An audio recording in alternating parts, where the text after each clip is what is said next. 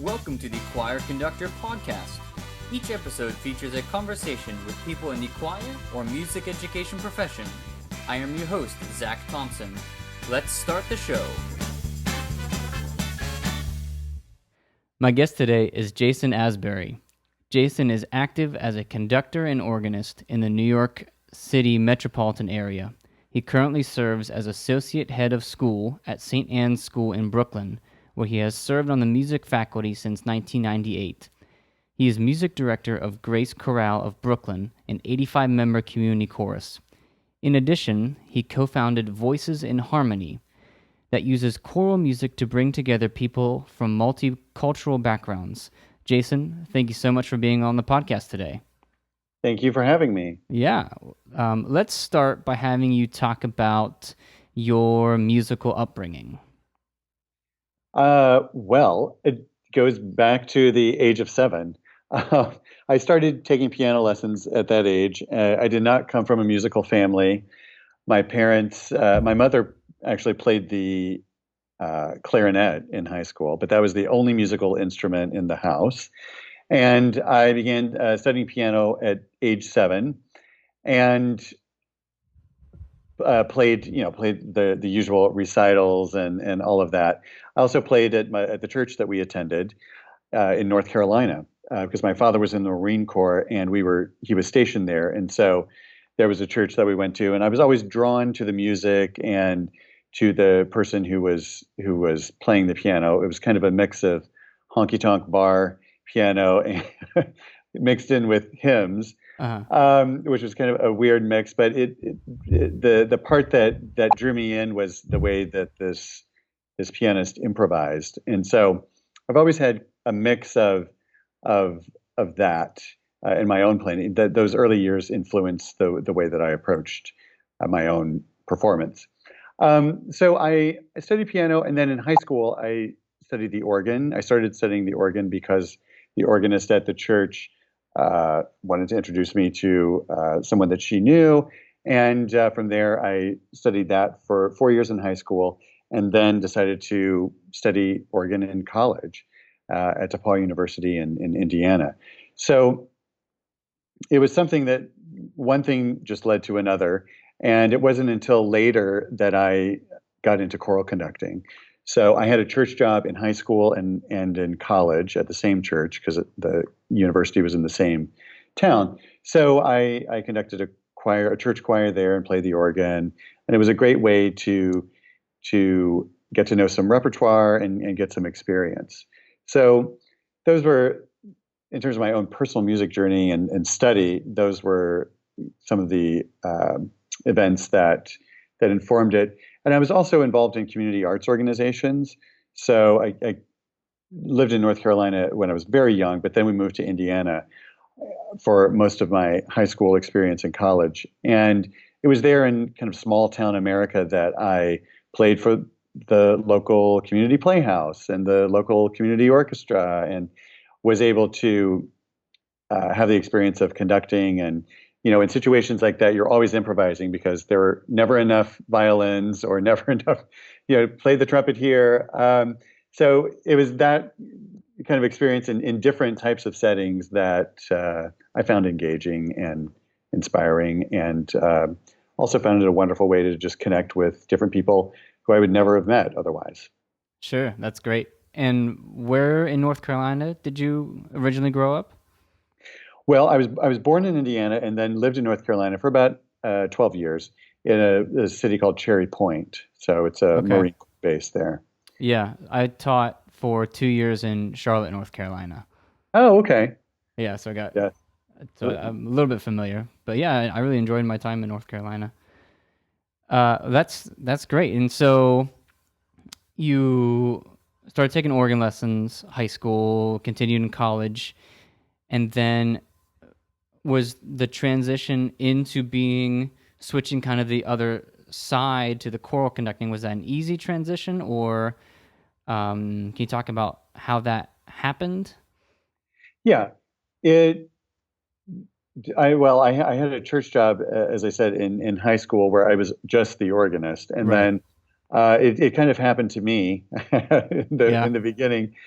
because the person who was conducting the chorus left, and so I just took on the choir, and it was just something that I had a general sense of what the choir was capable of doing. As I said, it was a small town, so Yeah, it wasn't a large choir, but it was a very nurturing experience and supportive, supportive group. It's funny because that was probably about 25 years ago, and I recently saw some of those people who sang in the chorus, oh, that's and great. so it's nice to have that connection. But it was there that as I said, learned more of the repertoire, and then once I graduated from university and the undergraduate, I went to Westminster Choir College in Princeton Yeah, and had a church job in New Jersey for 17 years, and it was there that I had a much larger program with handbell choirs and children's choirs, and so that's where I really got more experience. And of course, going to Westminster Choir College, I was exposed to a wide range of music and worship music in particular for choruses. So I was able to learn more from the choral conductors who were at Westminster, and by accompanying lots of choir concerts. sure. Yeah. I finally got to hear Westminster Choir live. They came down here to Florida for our music educators conference, and they blew me away. They were amazing. So I'm sure that it's been the same kind of outstanding program for since you were there. And then so you go from Westminster Choir College. You have a job in New Jersey. What brings you to New York City? Yeah, so I had the church job in New Jersey, but as I was graduating last semester of graduate school, I came to Brooklyn. There was a woman in the career development office who said, "There's somebody in Brooklyn you should meet. Uh, he has a job opening for somebody who's going on a maternity leave." And this was at St. Anne's School in Brooklyn Heights. And I had absolutely no intention of going into music education. In fact, both of my degrees were in organ performance. So I wanted to have a church job and build a program and play concerts and play with orchestras and all that. And so I went to, but I also needed to make a living, Yes. and so I agreed to meet with him, and we kind of hit it off. And so I took the job as a maternity leave replacement, and I've been here ever since. That's a long So maternity. yes. So I'm now the associate head of the school, but I still conduct the high school chorus. And it's a great place to be. We have about 23 music teachers, and Wow. most of the people here are doing great things, playing in orchestras, singing with opera companies. And so there's a lot of flexibility to be able to pursue things outside of the classroom, which inform the teaching and the things that you're bringing to the classroom. So for 17 years, I continued to have a job as music director and teach full time at St. Anne's while conducting a community chorus and in Brooklyn Heights. So Wow. I was very, very lucky to be able to be doing so many things musically.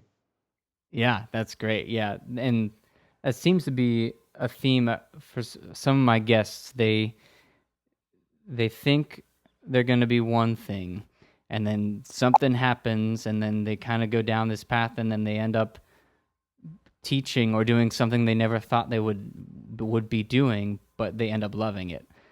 And I always think Yeah, it's funny how that happens. yeah, and it's funny because as I said, I'm been in a more administrative position the past 5 years, Hmm. and I think to your point, I think there are a lot of things about being a musician that are really valuable, and a lot of times musicians just take it for granted. So being in administration, I found that there are so many transferable skills from those many years of working with other musicians and collaborating and being a conductor. I always tell people, if you can conduct a community chorus or a church choir, you can run anything, Yeah. because it's really personality management and building relationships with people and creating a vision and seeing it through. So there are a lot of transferable skills there. That's great. So, do you have a favorite musical experience? It could be either as a performer or an audience member. Well, I have many, Hmm. but one of the ones that sticks out in my mind was a concert I did here in Brooklyn Heights a year ago. We did a performance of Duke Ellington's Sacred Concert with a big band, and it was a really powerful experience to be able to perform that work, which I didn't know about until I ran across it through an internet search. But it was one of those pieces that I grew to love quickly, and I don't think I've ever had so much fun conducting Uh-huh. a 85 voice chorus with a full jazz band. It was really, really a powerful experience. That does sound like fun. And And can you think of one as an audience member? audience member, I I was at there was a concert I was at Carnegie Hall about a couple of years ago. It was the Philadelphia Orchestra and Westminster Symphonic Choir, There you go. actually, and they were doing the Resurrection Symphony or Mahler. Was it Mahler's Eighth? I can't remember. Mother Eight, Anyway, yeah. The yeah, the big double choir. yeah, with the big double chorus, Yeah. and it was such. I mean, Carnegie Hall is such a huge space, but the power of that piece and having the forces that were there was really an amazing experience to hear that piece done live. Yeah, that's an amazing piece, especially at the end. And it's, yeah, I've sang it when I was with the Nashville Symphony Chorus. We went up to Cincinnati and joined our both choirs for their May Festival. Yeah, that is a powerful piece. Well, one of the main reasons that you're a guest on today is that you have this project called Voices in Harmony. Could you kind of give us kind of an overview or introduction to that project? Yeah. So the project is communitiesinharmony.com is the name of the website. Oh, sorry. Uh, no, that's all right. I also had a group called Voices in Oh, Harmony, there so we go. that's probably why. Okay. There's so much harmony to be made. So yeah, the idea behind Communities in Harmony is to feature one chorus from each of the 50 states that is changing the world around them. And I think community arts organizations generally, and faith communities for that matter, are some of the only places left in society where people from different generations can come together, people from different socioeconomic backgrounds, different political backgrounds, and different racial and ethnic backgrounds can come together to create community. So many times, activities that we do or our interactions are online, and we're self-selecting groups of people that we're interacting with, whether it's because they're our same age or uh, same interests, same political ideologies, whatever. So I have committed my life really to community arts and community choral music making.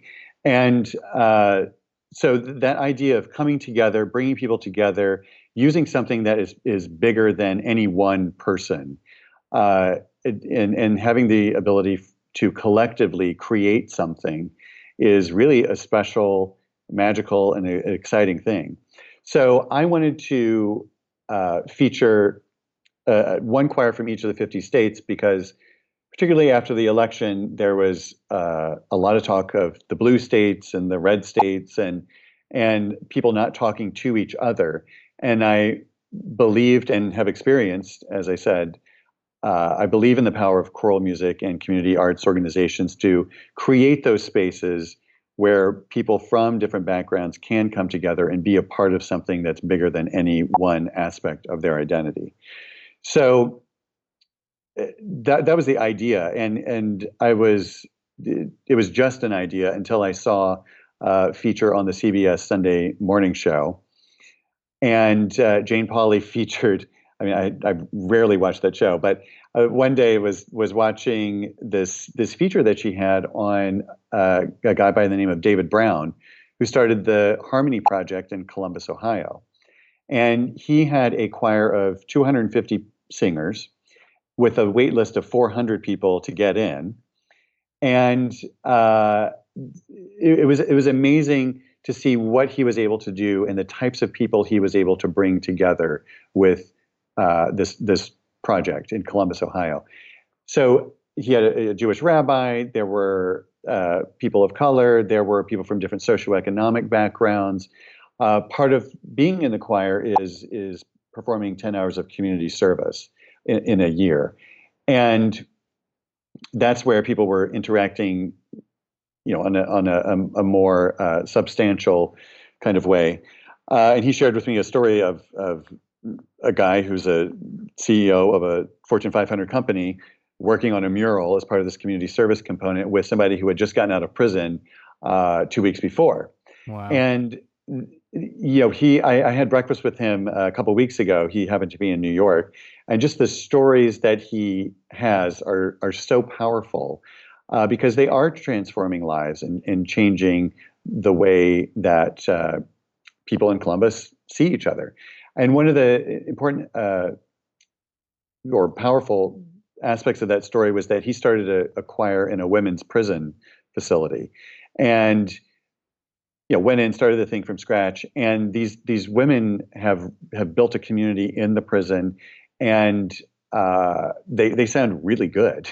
Yeah. And the closing scene of this segment that Jane Pauley did has he got permission for these women in the choir to leave the prison to come to this concert, and in the concert hall you see this choir of 250 people, his community chorus, with these 25 women who are from the correctional facility performing together in a full theater that probably had a couple thousand people in it. And it was in that moment and seeing that happen that push me over the edge to start to put together this blog. So that's how it started. And incidentally, he also has a program that he started in a school in Columbus. So he's one of these people with endless energy, Right. and and really believes in the power of choral music to transform communities and to create communities where they didn't exist. Well, that's excellent.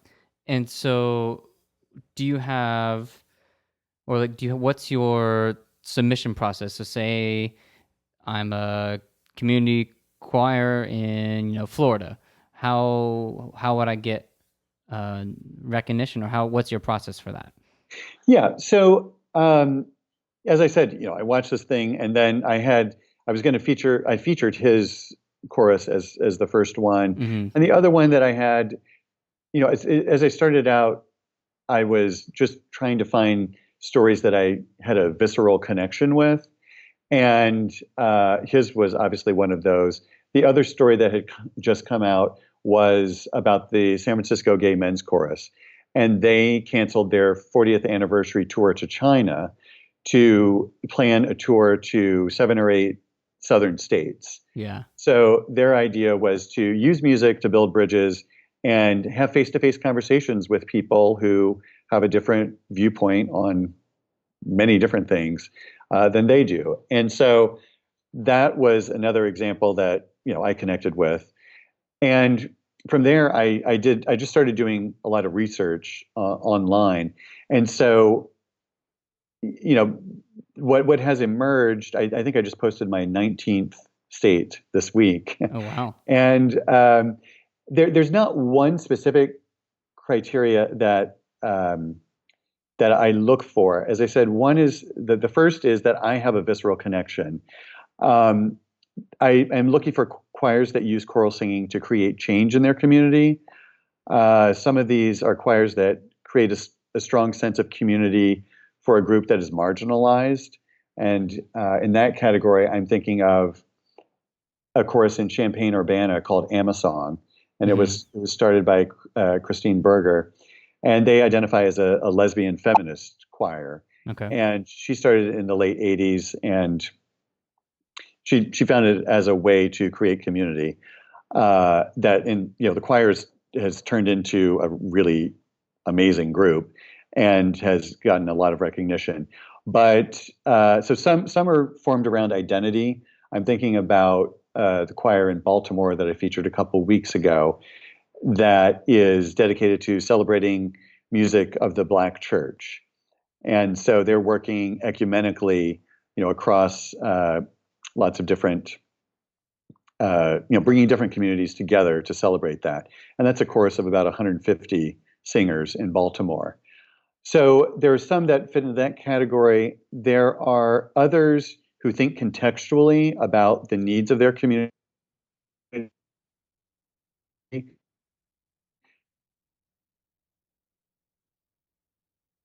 connect choral music in Minneapolis called the Giving Voice Chorus for people with Alzheimer's and their caregivers. Oh wow. And I think they have somewhere around 75 members. Um, so that's an example of ways. Music is a very powerful connection for people with dementia and people with Alzheimer's, and there's a research component that is connected to the choir. There's one in Minneapolis and one in St. Paul. Um, but they were really powerful stories, sometimes of a parent going to a rehearsal or a performance with their child who is taking care of them. And music, in many ways, was one of the only ways that they could still connect. Hmm. So that's an example of thinking contextually. Another is the refugee chorus in Tacoma, Washington. There was a woman who started a chorus there for people from the town and for refugees. So it became a space where people were partnering and helping people find a new way when they came to this country. One of the most powerful stories I found was the Dallas Street Choir in Dallas. Yeah. For it's a choir of homeless people, and the video, typically I have 2 or 3 paragraphs about the chorus, and then I have some kind of video content because I like for the stories and the people in the videos to tell their own stories as much as possible. Right. So uh, it's just amazing to see in a city like Dallas, in these times where there's a lot of economic prosperity, the homeless rate in Dallas is actually increasing annually. Oh wow. And so there's a huge need there. And this guy started a homeless choir, and there are about 40 people in the chorus, and really powerful testimonials of the people who are singing in the chorus. So those are some of the stories that resonated with me, and also wanted to feature rural and urban choruses because I think sometimes when we think about the United States, we don't think about the experience of if we live in middle America, we're not thinking of what the urban experience is like, or if we live in New York City, it's just not on our radar because it's not part of our lived experience. Right. And what's emerging is this really rich tapestry of America as seen through the lens of choral music. Yeah, that's amazing. I'm looking on your blog right now. It looks very nice, very well put together. I'm looking at that Dallas Street Choir that you mentioned. Their video is called "Homeless, Not Voiceless." I think that's a great line that they use there, and they're gonna be uh, going to Carnegie Hall June Yes. 14th. That's unbelievable. Yeah, I think he's bringing them along with his other choirs. Um, so these are powerful stories. There was another. I'm thinking about rural America. Hmm. There's a chorus in North Dakota, the Central Dakota Children's Choir, and there are so many children's choirs in the United States. But the thing that drew me to that particular story was that North Dakota is the fourth least populated state in the country, And so many of these parents are driving their children for an hour and a half in all directions to Wow. come be a part of this choir program. So in a sparsely populated place, people are coming together because choral music is creating a community for them, and they're coming from something like I think 40 different counties. So those are the types of stories that I've been drawn to. Yeah, and then people complain when they have to drive more than 5 minutes somewhere, but Exactly. you know that they want to be involved in this. They know that it is a positive impact in their life, and they're willing to go that far and be that dedicated. That is amazing. And yeah, I would, yeah. So when I was in grad school, I drove an hour and 15 minutes to be part of the National Symphony Choir. Hmm. And so I know that people are willing to go out of their way to be a part of these community emphasized choirs. And that's amazing. Yeah. So this project is, I think, I'm going to say the website correctly this time, communitiesinharmony.com. And you can go there and check out. You said you have 17 states right now. I think 19 19. states as of this week. Oh, great. So, And if someone has or they know of a great community choir that's in their state and that it's not a state that has been featured, is there a way that they can get in contact with you? yeah, yeah. There's actually on the website. There's a an email address, communities in harmony at outlook.com. And I'm also on Facebook. I usually post my content on Communities in Harmony is the name of the Facebook page, and anyone can message me there. And then I'm also on Twitter at Jason Asbury is Oh, the Twitter. okay, so I will find all of those links and then I'll put them all in the show notes for this episode, so that'll be easy for people just to go there. That's great. Yeah, I Um, would love to hear from people about ideas that they have. As I said, got 31 states to go. So, sure. and some of the best stories have come from people who used to live in those states or cities and knew of these choirs. So, yeah, I'm open to suggestions. Sure. Do you have one for North Carolina yet? I do not. You I do should not have one for North you Carolina. should check out the Young Voices of the Carolinas, All right. Charlotte, North Carolina. Yeah. Yeah. Yeah, Okay. Nice. there you go. Good. Yes. Always looking. Yeah.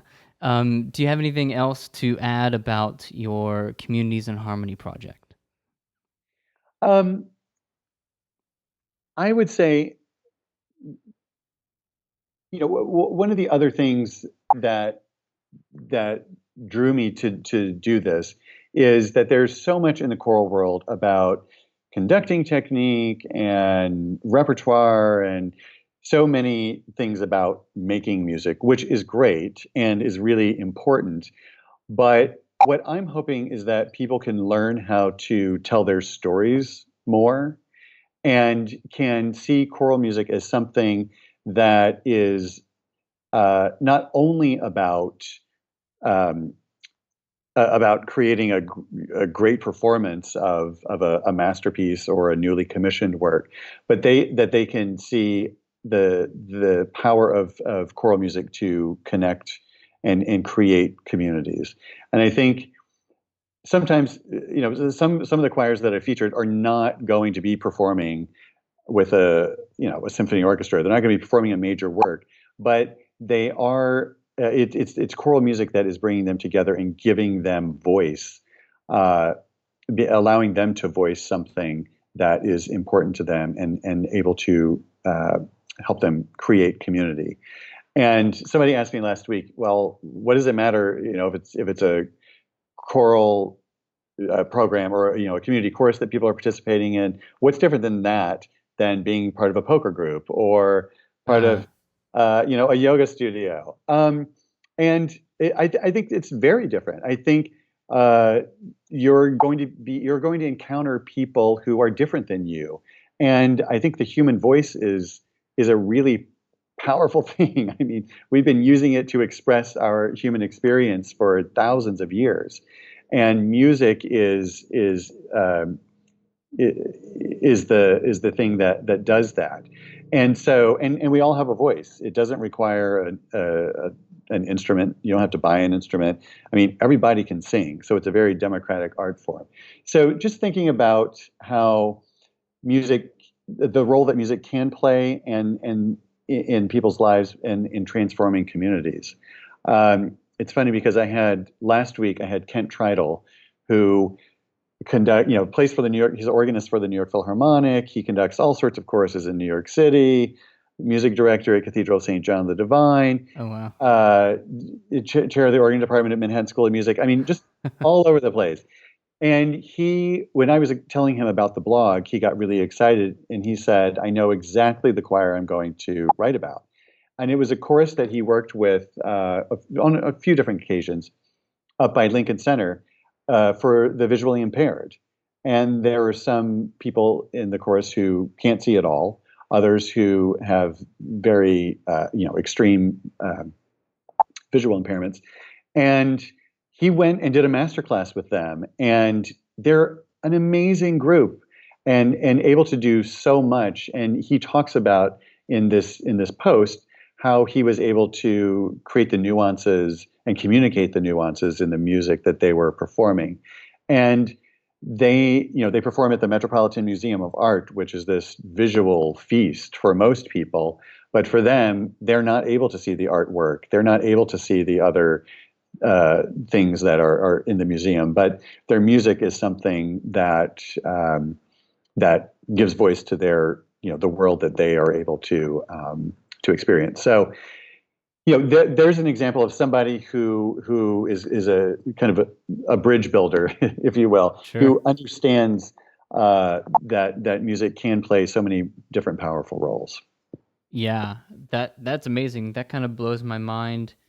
I'm trying to think what I would do because so much of what for if I'm in front of a choir that is visually impaired, so much of what we do is visual. I mean, Yes. literally, you're communicating without saying anything. So that blows my mind that that they're able to still communicate effectively, just not probably the same way that we're traditionally used to. Yeah. Yeah. That's amazing. Yeah. Well, I think part of what he wrote is, if you can't see something, your other senses are heightened, and so they actually listen to the conductor Oh, there you go. and remember things. So in some ways, it might actually be easier because Yes. they're less distracted and more engaged and actually present in the moment. So Yes, if any there's of my a lesson students for are everyone. listening, please play that back again.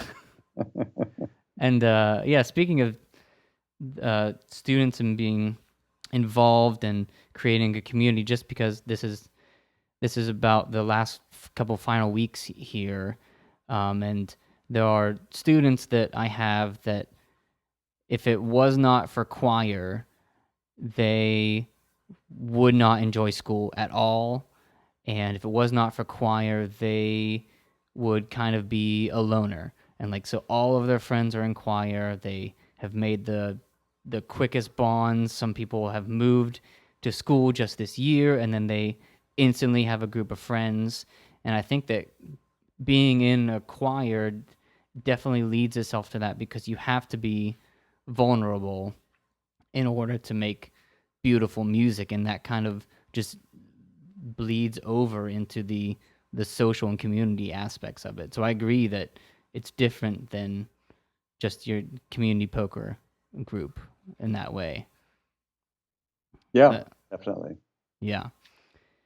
So let's talk about kind of do some of these rapid fire questions here. So what advice would you give your younger self? So the advice that I would give is probably the same advice that I would give myself today, and that is to stay while staying focused. Take time to enjoy the journey. Uh, you had asked me earlier in the podcast about particular experiences particular concerts that I enjoyed, and I had these flashbacks to a choir tour that I took in undergraduate, and that was a really amazing experience because you're getting to perform the same music each night in front of a different audience, and you have a very special relationship with music when you're performing it multiple times over, let's say, a 2 week period. So but it wasn't something that I appreciated at the time, and the camaraderie and the communal aspects of that experience. I mean, I had a lot of fun because choir tours college choir tours Oh, yes. uh, take on a life of their own. Yes. But there are aspects of that experience that I certainly wasn't able to enjoy until later. So enjoy the ride, I guess, is what I would be my advice. Yes. Do you have a favorite app?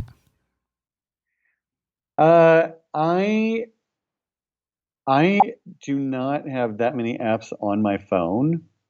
Um, but I guess the app that I use most often is my running app. So Okay. yes, I have the Nike running app, Oh, which nice. yeah, they keep changing it every 6 months. Sure. But yeah, it's So are you an avid runner? yeah, I just got into running about 4 years ago, and uh, as I said before, I have an administrative job now, and before that, I always had a church job. So I was, every Sunday having to go to church, and one of the things that I wanted to do was run the New York City Marathon. And so when I quit my church job, the year after that, the New York City Marathon's on the first Sunday of November every year. So I started training and got addicted and ran the marathon and been running ever since. So Wow. That's great. I've yeah, I like that. done I've done one half marathon, and then that was it. Oh yeah, I Yeah. know. Well, I'm definitely not doing a marathon again. Yeah. It was one of those things that I'm happy I did, but have no desire to run a second one. But Right. half marathons are fun. Yeah, the race was fine. It was just the drudgery is not the right word, but the training, doing it every day for weeks or months, it just got a little bit old. Yeah, Um, Plus now I have a 1 year old, so I don't see myself doing that anytime soon. you have other priorities. Yes. Do you have a favorite book? I it's funny when people ask, do you have a favorite piece of music or a favorite book? Right. It's usually the thing that I'm reading at the time. It tends to be my favorite, whatever. And I recently took my high school chorus on a choir tour to Iceland in February of all months, Wow. and it was amazing experience. And I read a book called Independent People by Haldor Laxness, who was uh, the their most famous writer. He won a Pulitzer Prize, and I think in 1955. So yeah, it's a great book about life in Iceland in the late 19th, early 20th century. Sure. How was Iceland in February? Well, it turned out that it was the warmest winter on record. Oh. And so it was actually warmer in Iceland than it was in Brooklyn. Whoa. So it was about 45 degrees, no snow on the ground. That's not bad. But it's such a beautiful country. And the landscape is like none other on the earth. Right. So stark, and the colors of the sky change every second um, with the clouds and the moisture in the air. And at that time, it's interesting because February is the one month there that gains the most sunlight. So while we were there in for a 7 day trip, we actually gained 36 minutes of sunlight. Oh, wow. So because we're kind of in the middle of the winter solstice and the summer solstice, where the sun does never sets. So it's a really magical place and one I would highly recommend. Yeah, that's excellent. And I see all these really cheap flights, especially leaving from the Northeast to Hmm. there. And so that'd be yeah. I've never been, and hopefully one day I will get to go. Yeah, there are glaciers, and it's a very small island country, but Sure, so many different types of things to see there. that's great. So you mentioned that you like to run. But other than music, do you have any other hobbies? Uh, I have a secret hobby that I only engage in about every 5 years, and that's coin collecting. Okay. So I do like to, to collect American coins and have done so since I was probably in middle school. So become a little more sophisticated over the years. But I go on these binges where I uh, buy new coins to fill out my collection probably every 5 years. But Cool. yeah, There you go. there you go. Um, so let's see. It's almost summer. Um, when does your school end for the term? We end in middle of June, so June 13th is graduation. Okay. And So we got about do you weeks. have a concert coming up, or are you done for the year? I do have a concert coming up and at school, but I also have a concert coming up with my community chorus, Okay. which I'm excited. Not if any of my students are listening. I'm very excited about our upcoming concert, but I'm also very excited about this course I'm having, this concert I'm having on June 10th. Uh, Last year, our chorus went down to Washington, D.C., and did a joint concert with the Congressional Chorus. And it's conducted by David Simmons.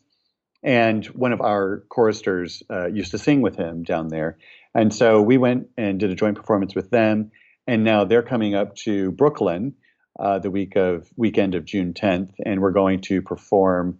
We're performing two pieces that we've commissioned, and they're performing uh, a piece that they commissioned, and then excerpts from a piece called "Calling All Dawns" by Christopher Tin.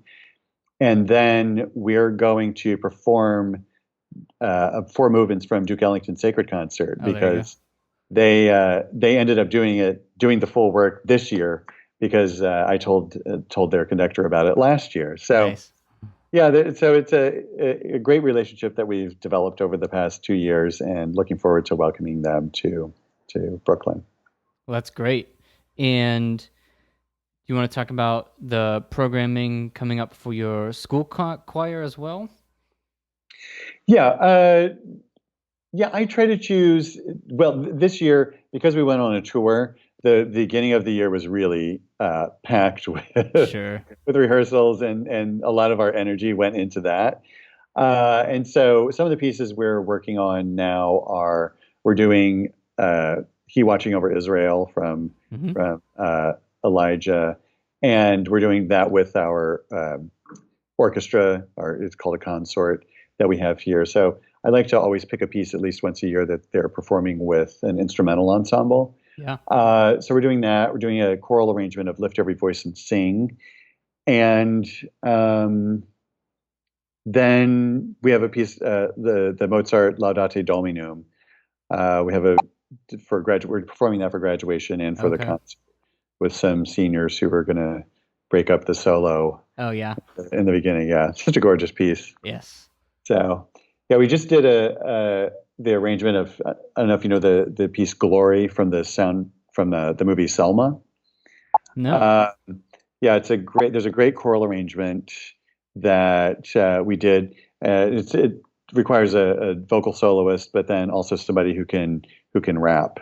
So Okay. it's a really powerful text, and so we do a mix of things throughout the year, different Yeah. experiences. Well, that sounds like be a fun upcoming two concerts for you.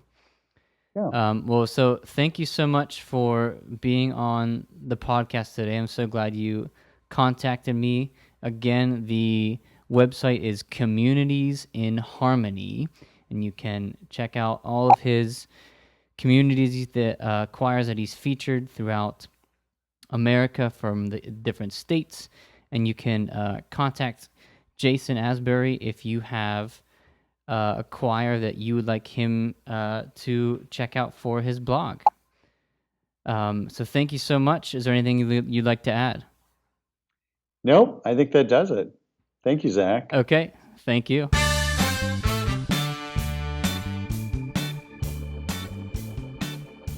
Thank you for listening to the Choir Conductor podcast. Please subscribe to our podcast on iTunes and leave a review. Go to zackthompsonmusic.weebly.com for show notes, an archive of podcast episodes, and free compositions. Have a great week.